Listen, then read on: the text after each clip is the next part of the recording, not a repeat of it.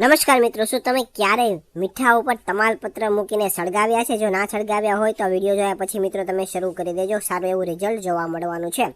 તમારે મિત્રો શું કરવાનું છે, તમારે એક લોઢી છે અને તમારે ગેસ ઉપર ગરમ કરવા માટે મૂકવાની છે અને તમારે તાપ છે મિત્રો ગેસ ધીમો રાખવાનો છે. ધીમા તાપે તમારે આ બધું કરવાનું છે. અને હવે તમારે મિત્રો આ લોઢી ગરમ થઈ જાય એટલે તેના ઉપર તમારે લગભગ 4 થી 5 ચમચી જેટલું તમારે મીઠું ઉમેરવાનું છે. અને હવે તમારે ચમચીની મદદથી આ મીઠાને લોઢી ઉપર હલાવવાનું છે. ત્યારબાદ મિત્રો હવે તમારે આ મીઠાની અંદર થોડું એવું સરસવનું તમારે તેલ નાખવાનું છે. જો તમારે પાસે સરસવનું તેલ ના હોય તો અન્ય કોઈ પણ તેલ હોય એ તમે ઉમેરી શકો છો. અને ત્યારબાદ તમારે વ્યવસ્થિત ચમચી દ્વારા તમારે ધીમા તાપે મિક્સ કરવાનું છે. જ્યાં સુધી મીઠું છે પીળા કલરનું ના થાય ત્યાં સુધી તમારે ધીમે ધીમે મિક્સ કરતું જવાનું છે. હવે મિત્રો આપણે વિડીયોની અંદર આગળ વધીએ એની પહેલાં તમારું નામ અને તમારા ગામનું નામ કોમેન્ટ કરીને જણાવી દેજો, જેથી કરીને અમે તમને સ્પેશિયલ થેન્ક્સ કહી શકીએ.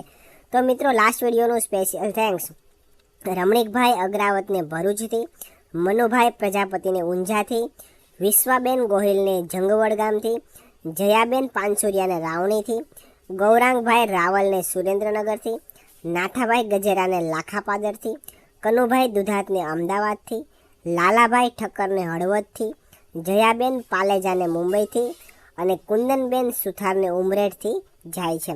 મિત્રો તમે પણ તમારું નામ કોમેન્ટ કરીને જણાવી દેજો, જેથી કરીને અમે તમને સ્પેશિયલ થેન્ક્સ કહી શકીએ. તો મિત્રો તમે જોઈ શકો છો કે આપણે ધીમા તાપે આ સરસવનું તેલ અને મીઠું છે અને વ્યવસ્થિત આપણે મિક્સ કરી રહ્યા છીએ અને પીળો કલર મીઠાનો થઈ ગયો છે.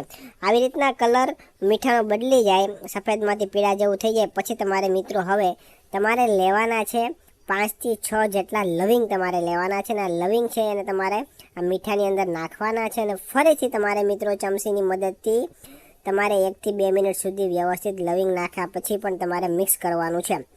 અને આટલું થઈ જાય પછી હવે મિત્રો તમારે આના ઉપર મૂકવાના છે 3 થી 4 જેટલા તમાલપત્ર, જે બધાના રસોડામાં ઘરે હોય છે, મસાલા તરીકે આપણે ઉપયોગ કરીએ છીએ. તમાલપત્ર તમારે મૂકવાના છે અને ગેસ તમારે બંધ કરી દેવાનો છે. અને હવે મિત્રો આ તમાલપત્ર છે અને તમારે મિત્રો દિવાસળીની મદદથી સળગાવવાના છે. આ તમારે મીઠાને ઉપર મૂકીને સળગાવવાના છે. અને હવે જે મિત્રો જો ધુમાડો ઉત્પન્ન થશે એ ખૂબ જ મિત્રો કામનો છે, ઉપયોગી છે ધુમાડો. અને મિત્રો તમારા ઘરમાં આ વસ્તુ છે અને તમારે ફેરવવાની છે. તમારા ઘરના બધી જગ્યાએ, રસોડાના રૂમમાં, હોલમાં, બધી જગ્યાએ તમારે આ ધુમાડો ફેરવવાનો છે, જેથી કરીને ધુમાડો આખા ઘરમાં પ્રસરી જાય.